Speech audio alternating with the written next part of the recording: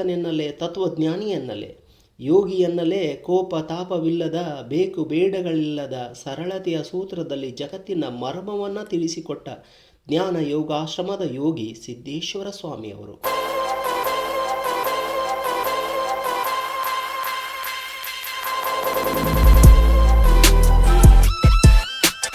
ಅಂದು 2018 ಭಕ್ತಿಯ ಬೀಜ ಬಿತ್ತಿದ ಗುರುಗೆ ಗೌರವ ನೀಡುವ ಸಂದರ್ಭ.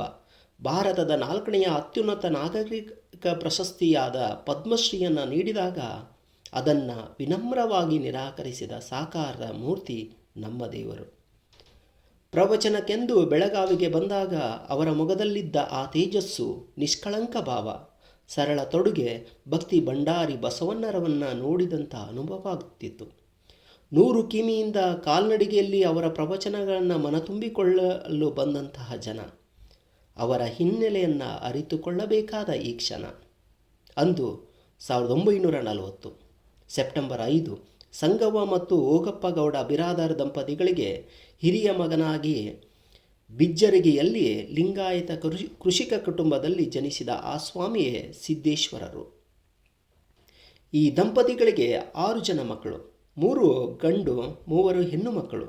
ತಂದೆ ಜಮೀನ್ದಾರರಾದರೂ ಕೂಡ ಸಿದ್ದೇಶ್ವರರು ತಮ್ಮೆಲ್ಲ ಸಮಯವನ್ನು ಯೋಗ ಧ್ಯಾನದಲ್ಲಿ ಕಳೆದರು. ಅದಾಗಲೇ 14 ವರ್ಷ ಕಳೆಯುವ ಮುಂಚೆಯೇ ಹಿಂದೂ ಧರ್ಮಗ್ರಂಥಗಳನ್ನು ಅಧ್ಯಯನ ಮಾಡಿದರು. ಮಲ್ಲಿಕಾರ್ಜುನ ಸ್ವಾಮಿಯವರನ್ನು ಗುರುಗಳಾಗಿ ಪಡೆದು ಅವರ ಶಿಷ್ಯತ್ವ ಸ್ವೀಕರಿಸಿ ವಿಜಯಪುರದಲ್ಲಿ ಪೂರ್ವ ವಿಶ್ವವಿದ್ಯಾಲಯ ಶಿಕ್ಷಣವನ್ನು ಮುಗಿಸಿ ಧಾರವಾಡದ ಕರ್ನಾಟಕ ವಿಶ್ವವಿದ್ಯಾಲಯದಿಂದ ಕಲಾ ಪದವಿಯನ್ನು ಪಡೆದರು. ಮಹಾರಾಷ್ಟ್ರದ ಕೊಲ್ಲಾಪುರದ ಶಿವಾಜಿ ವಿಶ್ವವಿದ್ಯಾಲಯದಿಂದ ತತ್ವಶಾಸ್ತ್ರದಲ್ಲಿ ಸ್ನಾತಕೋತ್ತರ ಪದವಿಯನ್ನು ಪಡೆದರು. ಭಗವದ್ಗೀತೆ ಮತ್ತು ಪತಂಜಲಿಯ ಯೋಗ ಸೂತ್ರವನ್ನು ಆಳವಾಗಿ ಅಭ್ಯಸಿಸಿದ ಸ್ವಾಮಿಯವರು ಕನ್ನಡ, ಮರಾಠಿ, ಇಂಗ್ಲಿಷ್ ಭಾಷೆಯಲ್ಲಿ ನಿಪುಣತೆ ಹೊಂದಿದ್ದಲ್ಲದೆ ಭಾರತದಾದ್ಯಂತ ಸಂಚರಿಸಿ ಉಪನ್ಯಾಸವನ್ನು ನೀಡಿದರು. ಸ್ವಾಮಿಯೇ ಭಾರತದ ಕರ್ನಾಟಕ ರಾಜ್ಯದ ವಿಜಯಪುರದಲ್ಲಿ ಜ್ಞಾನಯೋಗಾಶ್ರಮದ ಮುಖ್ಯಸ್ಥರಾಗಿದ್ದರು. ಸಂಕೀರ್ಣ ತಾತ್ವಿಕ ವಿಷಯಗಳ ಕುರಿತು ಅವರ ಪ್ರವಚನಗಳು ಧಾರ್ಮಿಕ ಅಡೆತಡೆಗಳನ್ನು ಮೀರಿ ದೊಡ್ಡ ಅನುಯಾಯಿಗಳನ್ನು ಆಕರ್ಷಿಸಿದ್ದವು. ಮುಸ್ಲಿಮರು ಇವರ ಆಶ್ರಮಕ್ಕೆ ಭೇಟಿ ನೀಡಿ ಇವರ ಪ್ರವಚನಗಳನ್ನು ಕೇಳುತ್ತಿದ್ದರು.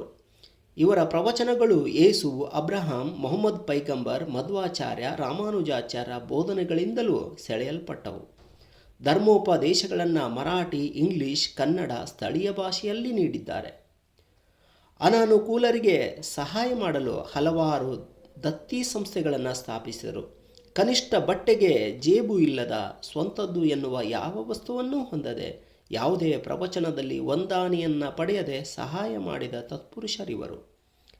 ಒಬ್ಬ ಸನ್ಯಾಸಿ ಅಥವಾ ತಪಸ್ವಿಯಾಗಿ 20ಕ್ಕಿಂತ ಹೆಚ್ಚು ಪುಸ್ತಕಗಳನ್ನು ತತ್ವಶಾಸ್ತ್ರದ ಕುರಿತಾಗಿ ಬರೆದು ಕರ್ನಾಟಕ ವಿಶ್ವವಿದ್ಯಾಲಯ ಗೌರವ ಡಾಕ್ಟರೇಟ್ ನೀಡಲು ಬಂದರೂ ನಿರಾಕರಿಸಿ ತಾವು ನಿಧನರಾದ ಬಳಿಕ ಯಾವುದೇ ಸ್ಮಾರಕ ನಿರ್ಮಿಸುವಂತಿಲ್ಲ, ಆಚರಣೆಗಳಿಲ್ಲದೆ ದಹನ ಮಾಡುವುದು, ಉಯಿನಲ್ಲಿ ಬರಿಸಿ 2023 ಜನವರಿ 2ರಂದು ಶಿವನಲ್ಲಿ ಐಕ್ಯರಾದರು ಶ್ರೀ ಜ್ಞಾನಯೋಗಾಶ್ರಮದ ಸಿದ್ದೇಶ್ವರ ಸ್ವಾಮಿಗಳು.